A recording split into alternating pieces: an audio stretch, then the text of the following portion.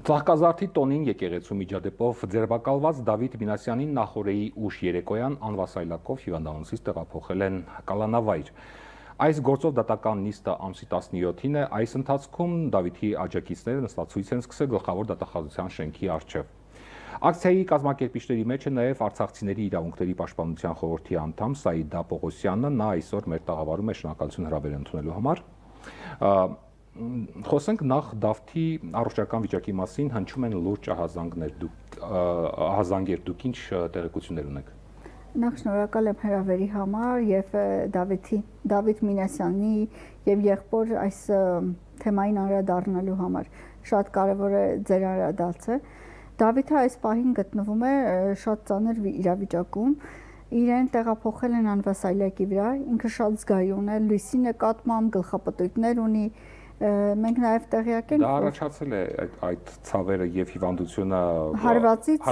այո, հարվածից է առաջացել։ Դավիթը իհարկե 4 տարեկանից ունի ուղեկցող հիվանդություններ, բայց այս պահին բոլոր խնդիրները առաջացել են թիկնապահի շատ ուժեղ հարվածից հետո։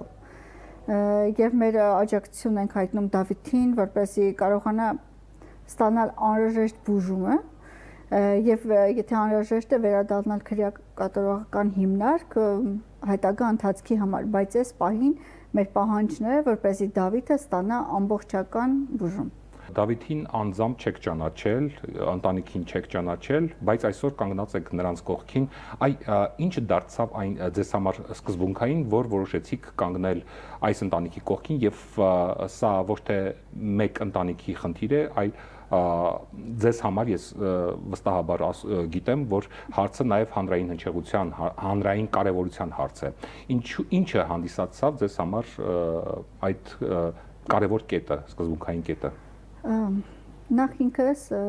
մայր եմ, ունեմ 4 բալիկ, ովքեր մեծանում են Հայաստանի Հանրապետությունում եւ իրենք են ժառանգորդ լինելու այս պետության։ Երբ որ տեղեկացա Դավիթի դեպքի մասին եկեղեցում կատարվածից, հետո անդադ այդ միտքն էր, որ ինչը պետք է ստիպեր Դավիթին այդպիսի արձագանք առաջացնել իր մոտ եւ վերլուծելուց իմ երեխաների հետ զրուցելուց հասկացա, որ այդ րոպեի պահվածքն է, որ երեխան փորձել է ինքնապաշտպանվել եւ հիմա ինձ եմ պատկերացնում էլի նույն տեղում, որ եթե իմ բալիկը լիներ միտեղ, որտեղ ընդհանրապես պաշտպանված չի, այդտեղից մի ծագեց, որ պետք է անպայման կանգնեմ ընտանիքի կողքին, լիակատար աջակցություն հայտնել եւ ինձ միացան այլ մայրիկներ էլ, ովքեր ունեն բալիկներ, ում բալիկները նաեւ պատերազմում են զոհվել 18 տարեկանում եւ այդ վստահությունը, որ կկարողանանք ինչ-որ մի բան փոխել այս պարագայում, այդ քայլին գնացի եւ հետո տեսնելով հասարակության մոտեցումը եւ Դավիթի ընտանիքի անզոր վիճակը, որ չի իմանում ոնց է վագրը փակված իր վանդակում, պատից պատ է խփում, նույն ձև ես ինձ էի պատկերացնում, որ վանդակում փակված եմ ու ոչինչ չեմ կարող անել իրավիճակ փոխելու, գիտակցելով որ դժվար է լինելու 9 ժամ փողոցում մնալը այդքան էլ հեշտ չէ, հենց տաղավար եմ եկել դատախազության առջևից եւ այստեղից, այո, նստածույցից եւ դեռ պետք է վերադառնամ դատախազության նստածույցին, որպես մայր, որ մտահոգ է իր զավակների ապագայով եւ Դավիթի ապագայով։ Ես գիտեմ, որ Դավիթը շատ գերազանց սովորող աշակերտ է, ունի առաջադիմություն, պատրաստվում է վերջին զանգին եւ ընդունելության քննություններին եւ ամբողջ այդ ընտանիքի կառուցած երազանքները մի ծաղկազարդով փլուզվում է։ Չպետք է թույլ տանք, որ Դավիթի կյանքը այստեղ ավարտվի իր ամբողջ ուսումնական այդ գերազանց անցած ճանապարհը թողենք անցյալում։ Ձեր գնահատմամբ եկեղեցում տեղի ունեցածը դա սադրանք էր, թե իրավիճակ էր, որը հնարավոր էր, որ չլիներ։ Կանխել հնարավոր էր, այսպես ասեմ։ Իհարկե, կանխել հնարավոր է։ Այսինքն սադրանք չէր դա։ Կարծում եմ սադրանք էր, մի դեպք հղում անեմ։ Ես որքան գիտեմ, մասնակիցը այս ամբողջ միջադեպի ասել էր, ես չեմ գնա այն եկեղեցի, որտեղ որքան հիշում եմ հիշատակում են մեր վեհափառի անունը, բայց ինքը գիտի, որ Սուրբ Աննայում վեհափառի անունը մեզ մոտ հիշատակվում է, եւ ինքը եկել էր եկեղեցի։ Եվ եթե ես շատ հավատացյալ մարդ եմ, հավատում եմ Աստծուն այն էլ ծաղկազարդի տոնին, կգնայի լուր հետևում, ինչպես որ բոլորն էին կանգնած, կաղոթեի Աստծո իմ խոսքը կուղարկե եւ դուրս կգայի, բայց չէ, իրենք էլ փորձել են ճանապարհ հարթել դեպի խորան եւ այդտեղ էլ ասում են, որ Դավիթը Վերջապես երկրի ղեկավարը իրավունք ունի մտնել այն եկեղեցին, որը ցանկանում է եւ արգելել երկրի ղեկավարին, որ պետք չէ այս եկեղեցին մտնել, կարծում եմ իրավաչափ չէ ամեն դեպքում ուղղակի ուզում հասկանալ սա դրանքը ում կողմից է եղել, եթե ասում եք, որ սա դրանք էր երկրի ղեկավարը կարող էր նախապես, եթե պլանավորում էր այցելեր, կարող է այդպիսի արարողակարգ կա, որ կարող են տեղեկացնել եկեղեցուն եւ նախապատրաստել այդ ամեն ինչը։ Ինչպես է գնում են Կեչմիածին արարողակարգով, ընդունում են եւ այլն։ Եթե դու պատրաստում ես Ծաղկազարդին գնալ, կարելի է մի փոքր շուտ գնալ կամ արդեն պատարակը սկսված դու փորձում ես ճանապարհ հարթել դեպի խորան, կարող են լուր կանգնել, աղոթել եւ հեռանալ։ Ես չեմ կարող որակումներ տալ, այո, երկրի ղեկավարն է այս պահին, ուզենք թե չուզենք, նա է, բայց փորձել Դավիթի իրավիճակի մեջ եմ ցանկանում նորից մտնել, որ ինքը աղոթքի մեջ փորձել է այդ աղմուկի մեջ փորձել է լռություն պահպանել եւ շուռ եկել։ Այդ ամբողջ միջադեպում մենք լրագրողների հետ, փաստաբանների հետ բազմաթիվ անգամ զրուցել ենք, կա որևիցե կադր, որ Դավիթը հարվածում է։ Անկեղծ այդպիսի կադր մենք չենք գտել։ Կա տեսակետ, որ Դավիթը այնուամենայնիվ կարգ է խախտել եւ պետք է պատիժ կրի, սակայն այլ ձևաչափով դուք ինչ կասեք։ Ես միշտ կողմ եմ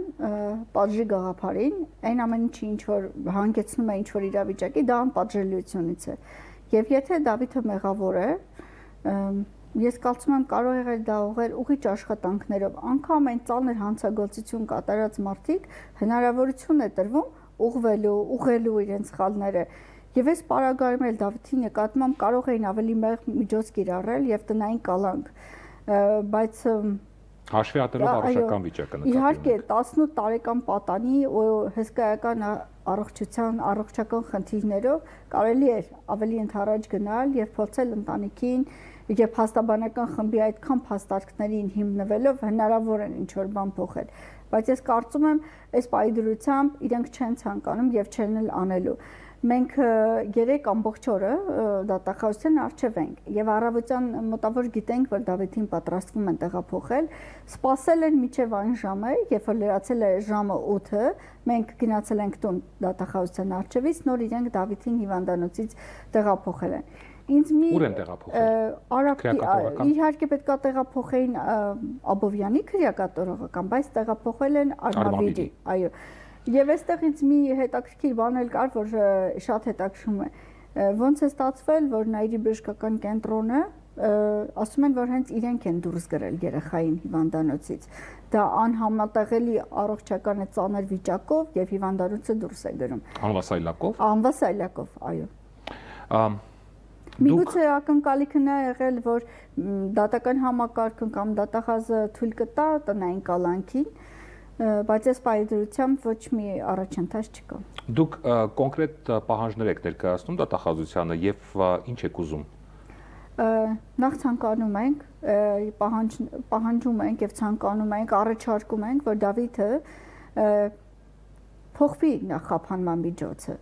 Տանը հնարավորություն ունենա անցկացնել իր 2 ամիսը մինչև այդ դատային։ Դավիթը ոչ մի դեպքում չի կարող խոչընդոտել այդ ամբողջ աշխատանքին։ Դուք գիտեք, իրենց տանը խոզարկության ընթացքում ոչինչ չի հայտնաբերվել։ Եվ ես որքան գիտեմ, 3 քննիչ է հեռացվել տվյալ գործից։ Այսինքն մարդիկ,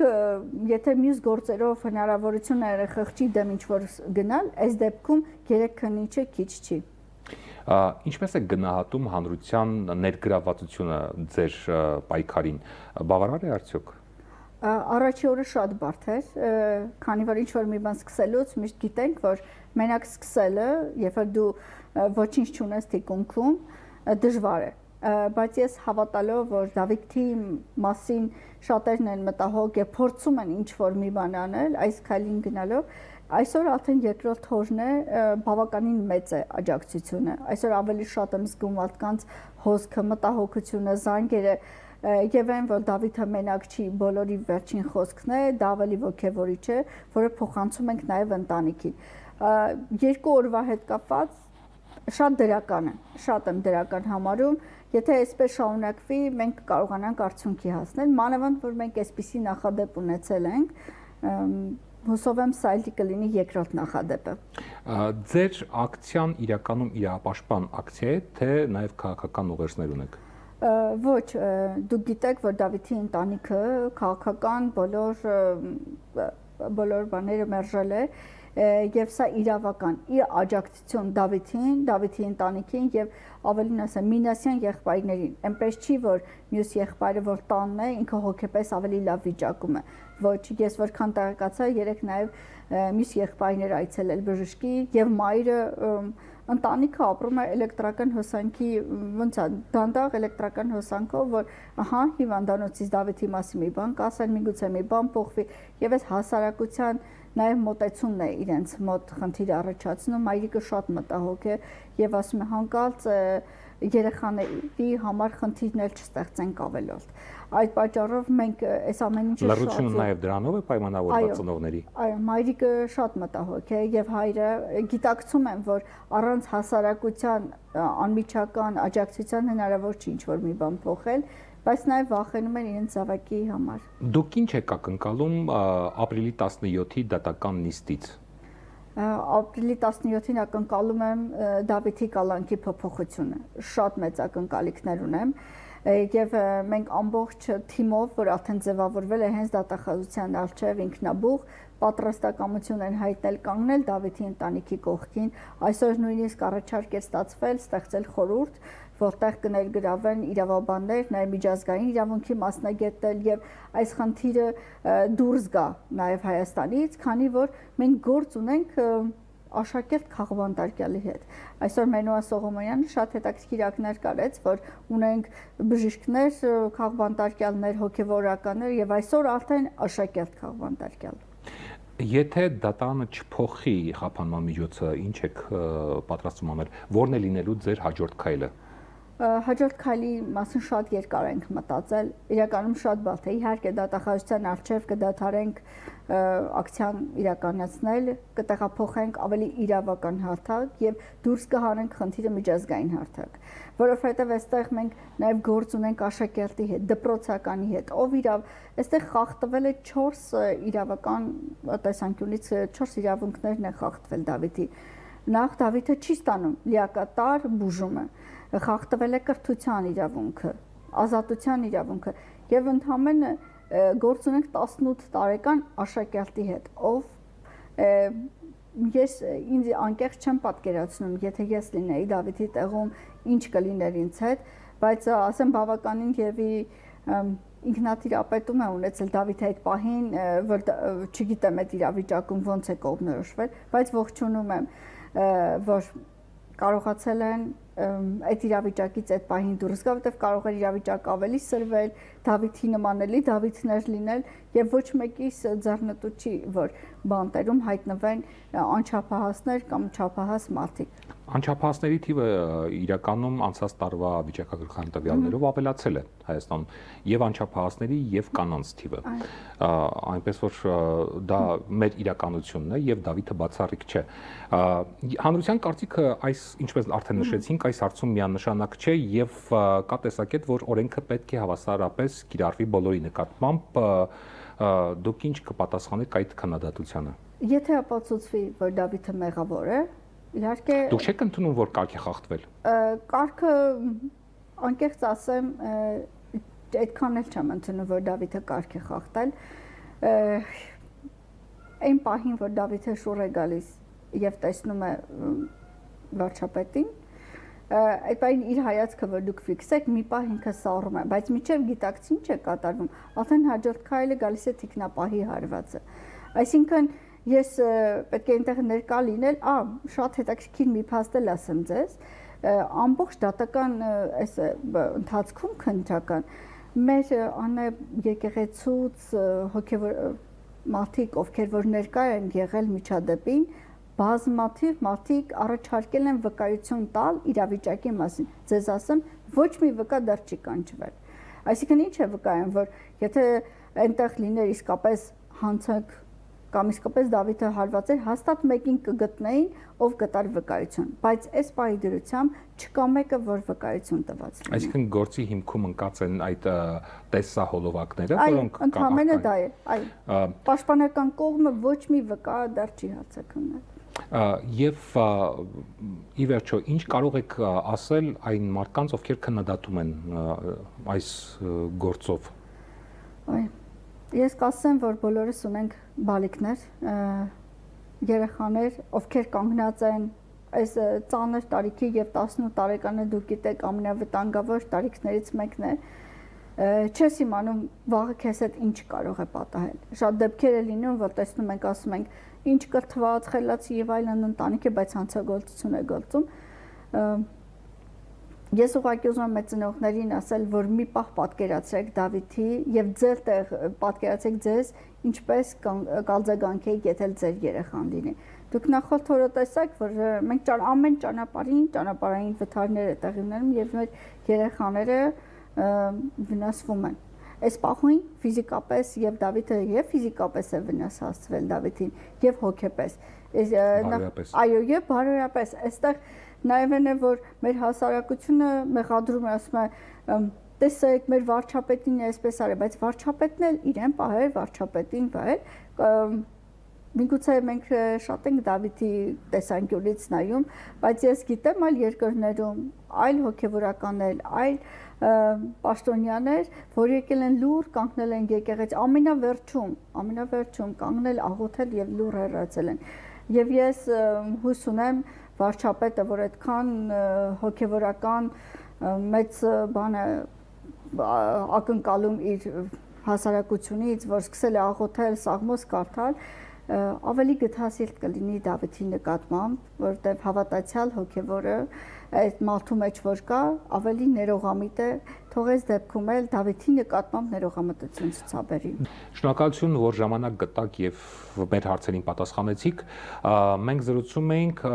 Արցախցիների իրավունքների պաշտպանության խորհրդի անդամ Սաիդա Պողոսյանի հետ։ Ցտեսություն։